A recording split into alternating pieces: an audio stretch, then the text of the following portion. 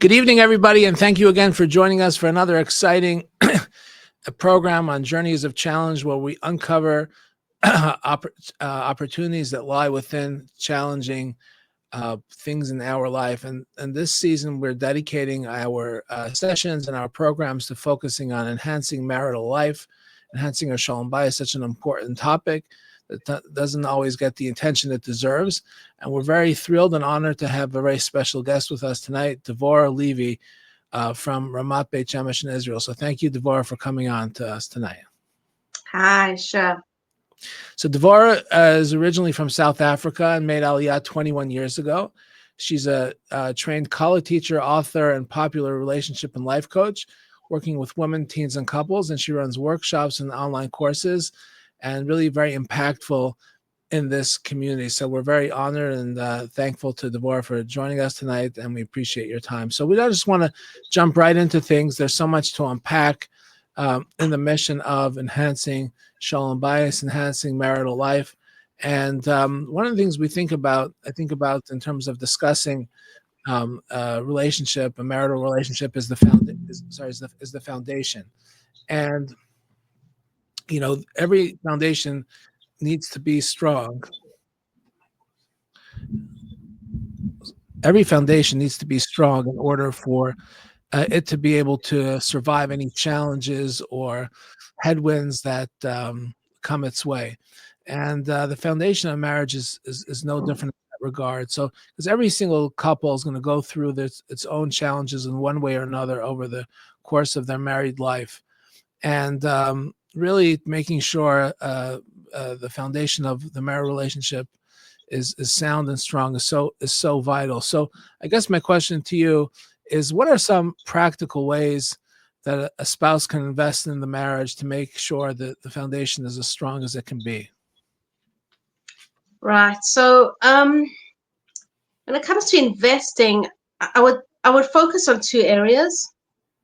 I think number one is noticing the small everyday interactions, meaning notice the fact that every interaction you're having with your spouse, you are by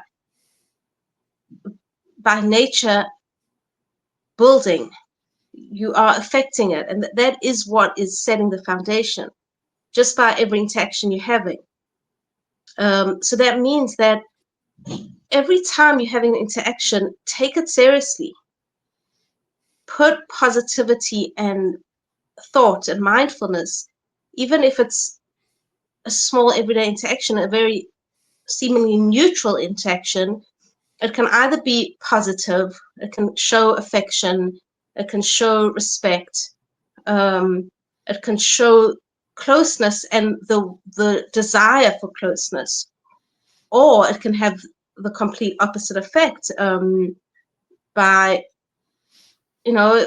any negative interaction is going to have an effect. So I think the foundation is being very careful about the small details and the interaction you're having.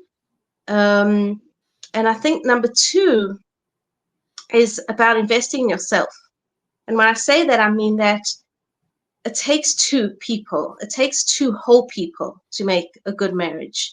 If someone is struggling with their own inner satisfaction, their lack of joy, we all have our own inner struggles, but the more that you work on yourself, building yourself, nurturing yourself, finding your own outlets, building up your own inner joy, that is going to, by definition, invest in the marriage as well.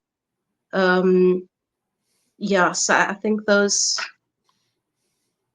Okay, let me just have a follow-up question to that. You said you said initially about recognizing the smaller things of the interaction. Even the way I understood it, at least what you said was, even if it's not necessarily a macro issue, even if it's just like kind of a daily conversation or a daily interaction, to appreciate your spouse's involvement, or can you just elaborate a little bit on that and maybe give an example of something so meaning it's not only about, right, like you're saying, it's not only about the big issues or the big having your night out or your your time together.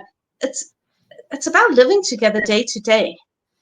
So if a spouse is constantly, let's say, critical or negative um, or even impatient, or just not being affectionate in those interactions, it's going to affect the relationship. Sometimes we don't realize, we think there's the relationship times. We're now having a conversation together, we're now going for a walk together, we're going out together, we're having our our relationship times, and the rest of the time we're just kind of talking about who's going to pick up milk from the grocery store and deal with a child and take care of this phone call. And a lot of the time our interactions are just going to be those small things. So it's during those interactions that we have to be very careful that underlying those interactions is always a soft tone, a gentle tone, affection. Obviously it's not always possible, and there's moments of stress, and we're not always so present that we can. But if the foundation of those interactions are with respect and affection, if we try as much as we can, then the whole marriage will just have a different tone. It will Right. just feel better. So it sounds to me like it's important to take a step back and, not just look at the quote unquote, like you say, like, times that we're actively focusing on the relationship, like some time out or something like that, but rather even though like the mundane acts to really seek out opportunities for growth. And obviously there's so many different interactions that can happen a day, especially in today's time. Spouses texting each other all day about this kid to be picked up and that thing from the grocery store and that thing from the grocery store. So I guess the way I'm understanding what you're saying is like maybe just like focus on like one text and just say, oh, thank you for your thoughtfulness, or because every time you really give a compliment or some positive feedback, the way I see it is that's like you're investing in the foundation. You're not necessarily Yeah. like looking for It's like also just immediate. being, yeah, it's also just being mindful of the tone. So, right, like one way could be by specifically saying something nice, a small comment, a smile. But sometimes it's just kind of stepping back and noticing, my facial expression, my tone, the way I'm saying it. Is there some negativity? Is there some critical, impatient, something that is going to crop up because we're dealing with stress all the time, and we're dealing with so much, and sometimes we don't realize the effects that our words or actions or texts can be having just by being mindful and aware that every interaction is sacred and important. Right, a great point, because so many of our interactions are like focusing on the seemingly mundane, and we lose we lose our appreciation of how impactful they can be. So I imagine it would be a really tall order to start paying attention to every single interaction and try to make it as thoughtful and intentional as possible. But maybe even if it's just like one interaction a day, that we can be mindful and focus on like appreciating one spouse for. So I would imagine that goes a long way in investing in the foundation of a strong and secure marriage. So I think that's very valuable. That's very valuable. I just want to now move on to another point, another area of discussion, that is communication. I mean, there's so many well-meaning people that get into disagreements or acrimonious situations because they don't communicate effectively. And the marital relationship is, of course, not immune to this. There's so many well-meaning spouses, wonderful people that even mean well, but unfortunately end up having poor relationships and poor marriages because they're not able to not able to effectively communicate with one another, and obviously this area in of itself deserves a lot of attention, deserves a lot of discussion. But I just kind of wanted to get your thoughts on it, like just looking at it from, like 30,000 feet up, if there's some sort of like best practices that you can share just in terms of a communication of how, because disagreements are inevitable, and I don't think the goal is necessarily even for all couples to agree on all issues. There's uniformity of viewpoints is not necessarily required to have a stable and secure marriage, in my view. So even if there is disagreements, how can we communicate these in a respectful forum? Yeah. Right. So it's not simple, and I think the word respect is very key here. I mean, when it comes to big issues that you really need to try and navigate and talk over, I use the imago conversation when I coach people, and I can talk, and I can get to that if you want. But I think before that, following up, to what I was saying before about this, just the small everyday communication, is that we want, I think before we even have the skills to know how to talk, is actually even going a step before that and addressing what's going on in our mind. Because very often a couple will be having a seemingly neutral conversation that will suddenly turn hostile very quickly.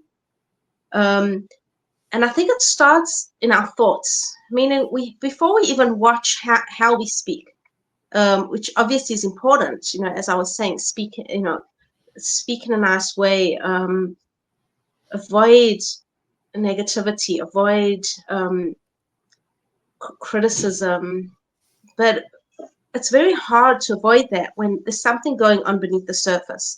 So we have to be aware of the way we are thinking about our spouse. Meaning before they even walk through the door, we usually have either a sort of positive feeling towards them, or we're already thinking, a complaining thought, why didn't he do that? Or a critical thing, she's always late, or anticipating, some confrontation. So it's very important to address ourselves first and, ask ourselves, what's going on in my mind? Is there some resentment that I'm holding on to? Because if there's resentment there, then a neutral interaction can be very quickly triggered and turn into something very unpleasant.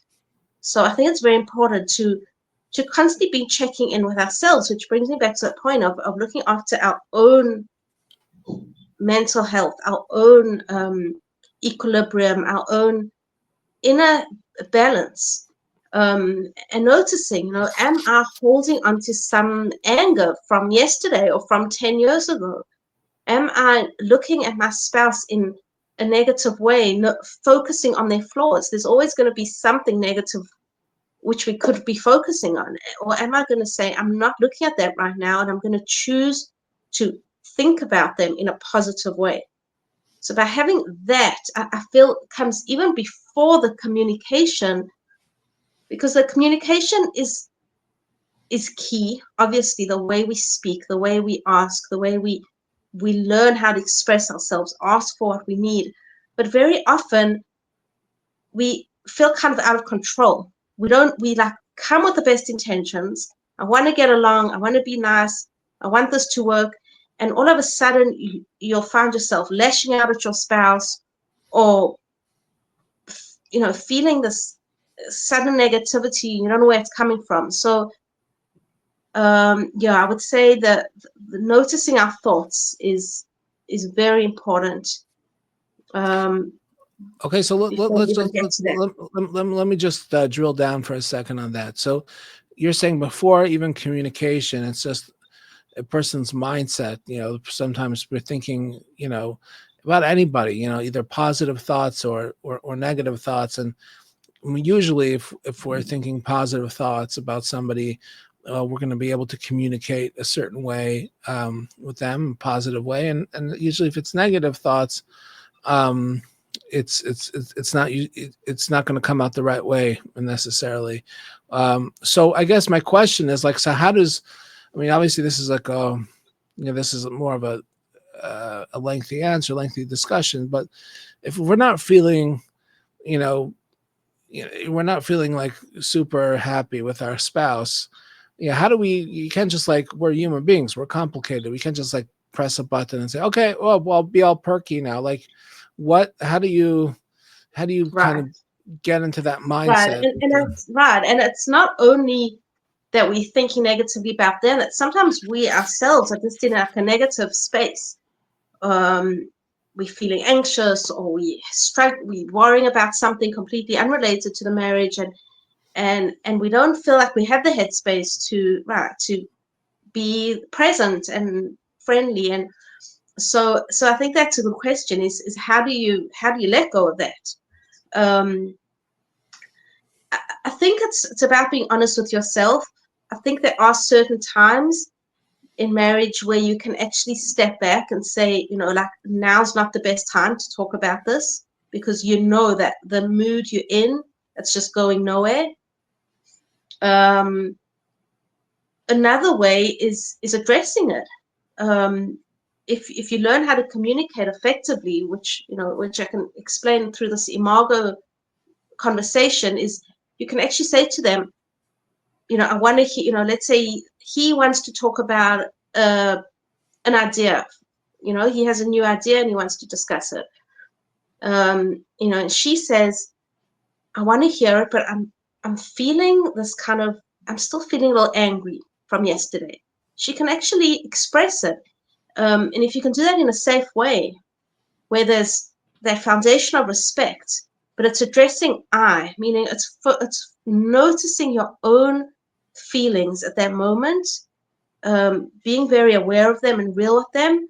And then that might help just clear the air. He'll notice, that she's being honest, that she's being vulnerable, and he'll also be a little more cautious. You're kind of giving them that warning also, like, I want to listen to you, but I'm kind of warning you that I'm not in the best space right now. So that has to be part of the communication, is being real. It's not about just like putting on a smile and like, yeah, you're looking great. Oh, it's about saying, checking in with yourself first. This is where I'm holding. Can I let it go? Sometimes it's something small. I'm not going to think about that, that thing that happened, or I'm not going to focus on that irritating habit. I'm just not looking at that. I'm not looking, what he forgot to do. And you sometimes can snap out of it. But as you said, sometimes it's not simple, and there's something there that's holding you back, and that's going to affect the interaction. So it's about checking in with yourself and seeing, what can I do about this? Right. That's a great point, to check in with yourself and have that self-awareness.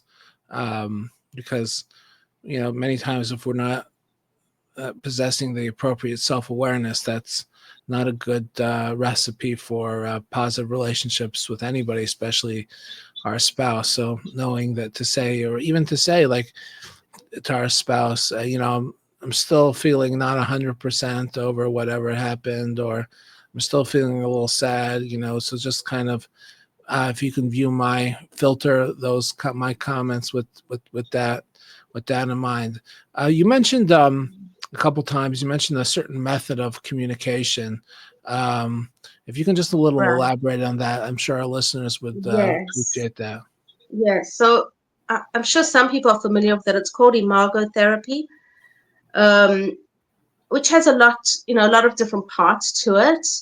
Like one of the parts is focusing very much on the space between the two couples. It's not about like me or you. It's about what's the energy between us, like what's the feeling between us, which is a bit vague if you don't hear it in context. But if you want to get more practical, so they have a conversation, a very kind of set structured conversation where it's used when there's like a real issue that you need to, that's difficult to talk about. So let's say even in, a case that we described where she's still feeling resentful and, he just wants to talk about his next plan. And she says, I'm still feeling upset about what happened. The way the conversation goes is you focus on one person at a time. So it's kind of breaking it down very slowly. And this does take time. This is why this is very useful in therapy when you have that hour that you really talking it through. It's hard to, you have to take the time out to really do this. You need to sit down for half an hour. And the truth is you can get better at it. If you used to it, you could even do it quicker. But the way it works is, let's say you're focusing on the wife first. She's the one that's, let's say she's the one, often they'll both be feeling a lot of emotion. It's during some fight, some conflict, some difficulty.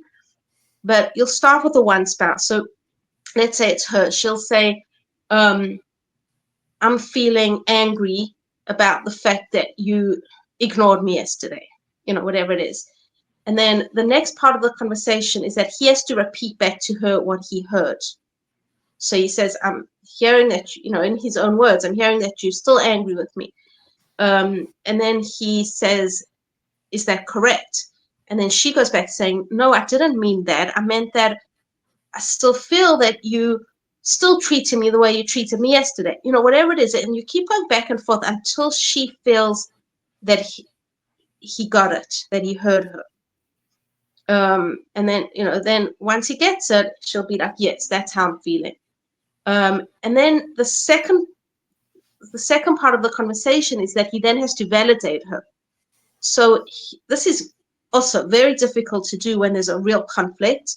If she has some opinion that he really disagrees with. But it's about validating the feeling. So it's about saying, your feeling is valid. I hear, it's just saying, I hear that that's really tough for you. I hear that's painful for you. It takes practice because it's it's like taking out your own stuff from, like being totally neutral and just like being a mirror to the person and validating it. And then at the, at that point, he could even say, is there something that I could offer? What would help you? Once she feels validated, that's enough. She'll feel this calm. She'll feel this instant feeling of like, even though I'm still angry with it, and even though this is what happened, and even though this fault isn't corrected and the situation isn't fixed, but she'll feel this feeling of like, my feelings are okay and they're valid. And it's often a tremendous feeling, even if it's not 100%. He doesn't 100% get it, but he's trying, even just that effort that he's trying to hear her. And then you'll switch over to the other side, and then he'll say, when you say that, it makes me feel like I'm not good enough, let's say, for example. And she'll have to say back to him, I hear that you're feeling you're not good enough. And he's like, no, I'm not saying I'm not good enough. I'm saying that when you say that, it makes me feel like you don't think I'm good enough. Whatever it is, he has to keep refining it until she repeats it back in a way that he feels heard, that he feels she got the point. And then she'll validate it and say, that must be a really uncomfortable feeling to just feel like you're never good enough. You can't expect 100% in this, conversation. Like, you can't be too sticky about it and be like, I'm still not validated. It's just more like teaching the couple to really hear each other, to allow the feeling, even if the couple doesn't agree with what she's thinking. He might think like, but that's completely unreasonable. Like, how can you be angry that I wasn't there yesterday when you told me before that I can go? Or how can you, like, very often our feelings don't make sense. And then the spouse will feel like, how can you feel that way? This isn't fair. This is ridiculous. So it's kind of teaching you to just validate feelings for what they are. And then hopefully to move on from them also. once Right. the cup, once you feel heard. Yeah. Right. Okay. So that's really important, and really, what you're saying underscores the, I guess, the art of listening. Of Because sometimes people Yeah. say Yeah. things and the other person is not, paying attention, and they're actually projecting that, the spouse has actually said something else. So just there's this exercise of saying, of having the husband or the wife repeat why, the other spouse is not feeling happy or not feeling heard, and so on and so forth. So I think that's very valuable, as well as validating. I would say that many times, I think in the first step of just um, trying to repeat um, the feelings of somebody, or someone's ad, I think it's really important. And I'm just curious your feedback to keep it as technical as possible without making it very emotional. Because, so let's say the wife is upset. Just make an example. Wife is upset. Her husband didn't. When he went to the store and didn't ask her what she wanted at the store, and she's like, "Oh, you could have saved me a trip from going to the store." And why didn't you? I need groceries in the store. Either you drove by or even went to the store. And he's like, so basically, what you're saying is that I'm not a caring husband. Yeah. So let's just freeze that interaction right there, because that's not what she Yeah. said. She didn't say Right. you're not a caring husband. She just Right. said that. She just said, if you're going to the store, please let me know. So this just is like one example of one interaction that was just technical. There's a lot of layers of emotionals, and then if he feels that, then it can come back with a bigger Right. Right. counter Right. punch. It could get messy. Especially if there's right, like you're saying, there are a lot of layers of resentment and issues in between. You often need a therapist to navigate this, because it can get like really, yeah, like emotional very quickly. Like you said that and you didn't mean that, and so you're right. You have to kind of keep it simple, but every couple obviously will be different. Some couple, one woman might want to just hear the fact that he's just like being present and empathetic, even if he doesn't totally get it. And another one might want, the wife to really understand the point that he's trying to make. So like everyone's different, and that's why you kind of need the back and forth to kind of keep refining it until the person can give you feedback saying, yes, you're saying it right. So this is, this makes sense. But as I said, there has to be a little bit, it has to be a bit of a pinch of salt. That you're not going to get it completely, and it's more just the idea that I want to hear you, that your feelings are important to me, that I am listening. And as you get better at this, very often you'll just use part of the exercise, so you don't have to go through the whole thing every time. You'll maybe just use a part of it, like the validation. Like you'll get used to saying that, that sounds really tough, or you'll get used to saying, what is it that I said that hurt you? Is it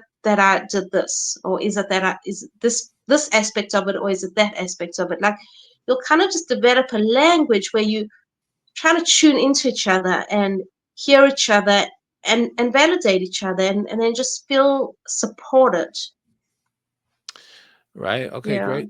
Yeah. Great point. I just want to kind of pivot to something else now, and that is that, Yeah. sometimes, there's good days and there's bad days for everything, for every business, for every, company, and for every marriage as well. There's good days, there's bad days. It's a fantasy to think that every single day of every marriage is going to be just fantastic, and without any stress or any sort of challenges. I think, though, there's a danger. Unfortunately, sometimes when couples are in like a bad space, they've hit like like some headwind, however that may be, and in terms of like going from, let's say, bad to worse, or from worse to even, worse than that. And And sometimes like the things can tend to spiral out of control. So I guess my question is there's, every situation is different. Every, the personalities of every, of every spouse and every marriage is different. But is there any like sort of like best practices out there that if a couple's in a bad space where, they're not agreeing and there's fighting and acrimony and distrust and stress and, it's just in terms of not allowing it to further deteriorate into a potentially, dangerous situation. What kind of, I guess, so to speak, best practices can you share for such a situation? Yeah. So I find there's probably two that I found that are very useful. The one is a little bit of a contradiction to what we spoke about. It's more about being non-confrontational, which means that sometimes when you're in like a really bad rut, or let's say you do this conversation, this imago conversation, and it's just going nowhere, and it's too emotional, that you actually, it helps sometimes to kind of step back and say like, let's not talk about this issue for a bit. Couples have this illusion that everything has to be solved right away very often.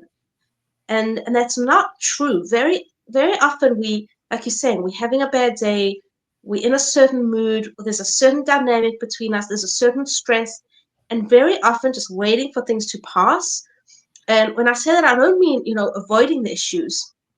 If you need to talk, I think it's always important to know that you can talk. But we often, like I mentioned before, we have to kind of just tune into ourselves and be like, am I really in the space to talk about this now? Or is it just going nowhere? Let's give it a 2 or 3 day break and come back to it.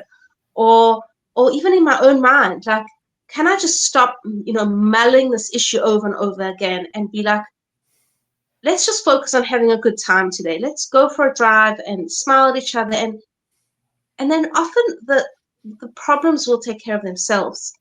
So we don't always have to solve everything. And I think often couples in their younger years, and then, newer years, they feel like they need to kind of sort everything out and talk about everything. And as you get older and wiser, sometimes you realize that you have to just ride with things, and things pass and moods pass and dynamics change, and we get into a better mood, and we can sometimes just take a break, take a step back.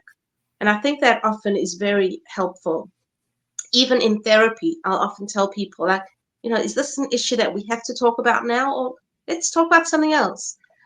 And you can get used to actually just making that switch in your mind. It's not only in relationships, it's with everything. When you have a certain worry, many people tend to like obsess and mull over something until they figure it out.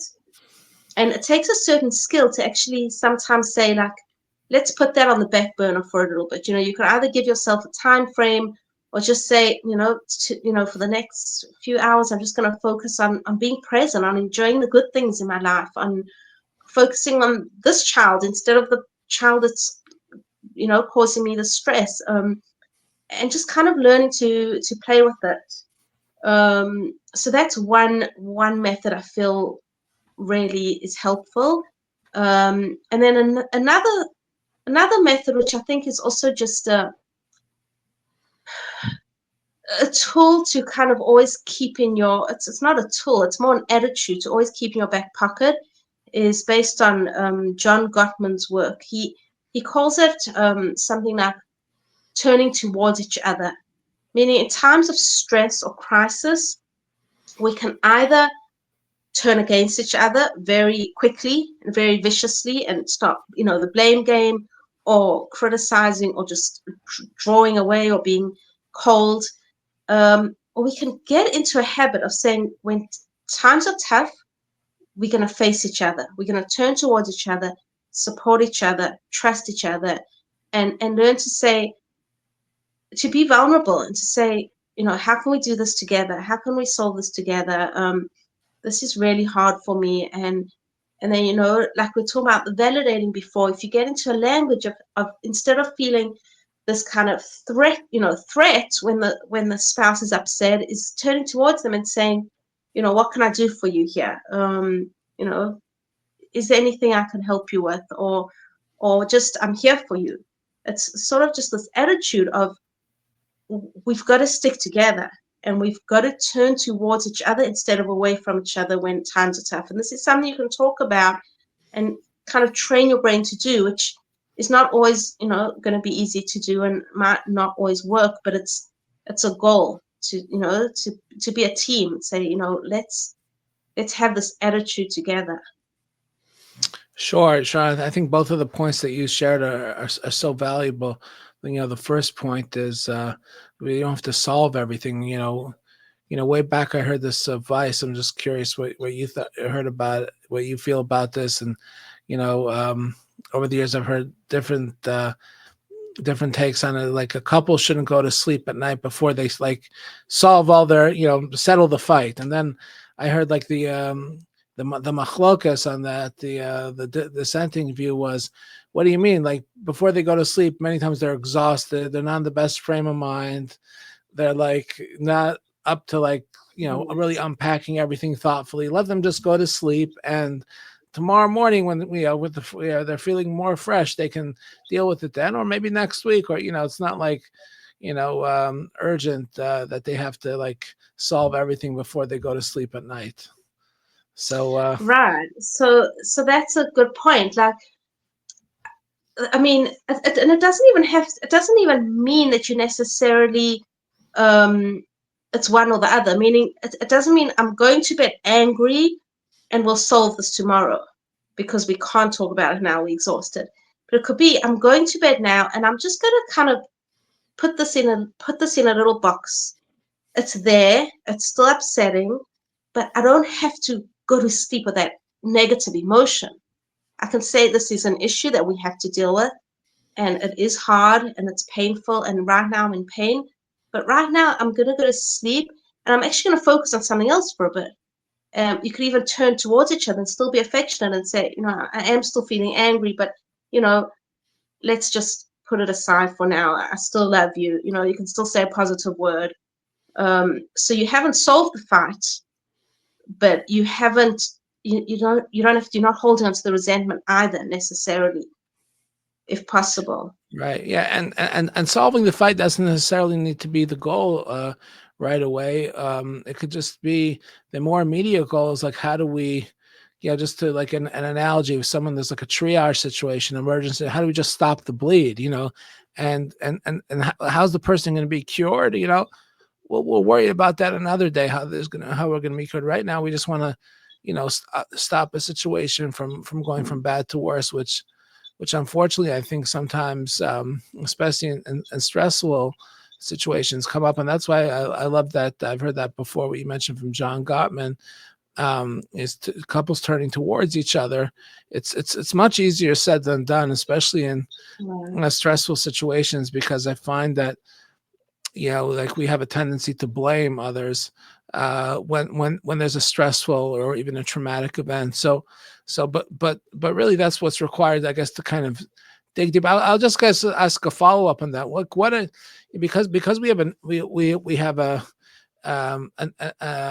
our nature is to blame, and that's what all we hear, like in the media, the media telling us that we're unhappy, and we have to vote for a new political person, or we need a new product in our drawer, in our closet, because the status quo is unhappy. So how do you suggest that we find, I guess, that strength and resiliency for a couple to turn towards each other in a stressful or even a traumatic incident? Yeah.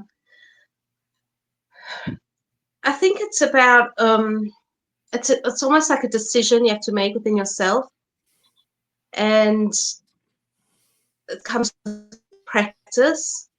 And I think also very often, like, it's enough even for one of the spouses to do that. Meaning, we're not always going to be in our strongest position, in the best place, but very often the one spouse will be a little stronger than the other.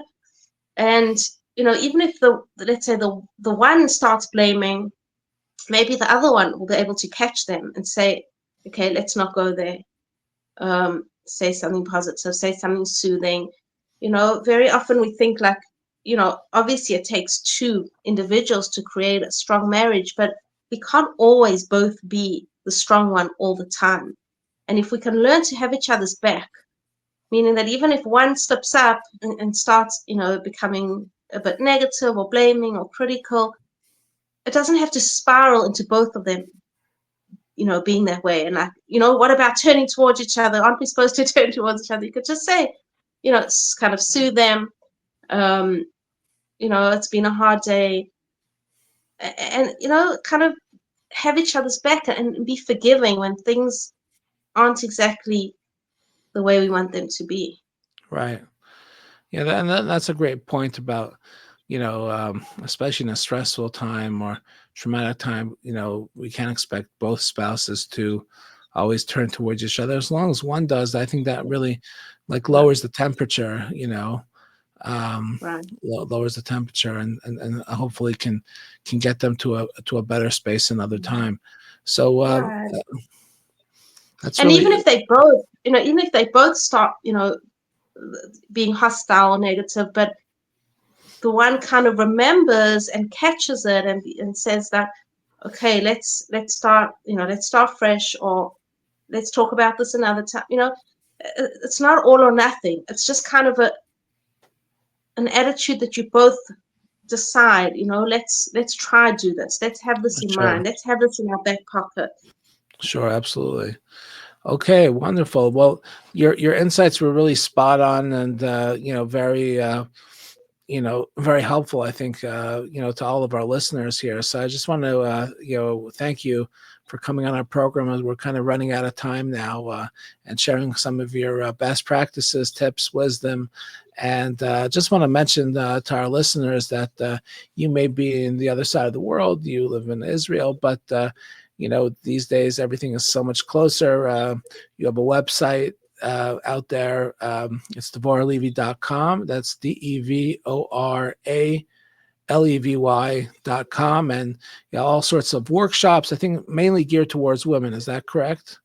Yeah, so I have one main intimacy marriage online course for women, but I do Zoom coaching as well with couples, with individuals, Okay, so they can all just over the world. Yeah. reach out to you on your website and you'll get with them. So I really thank you for coming on our program.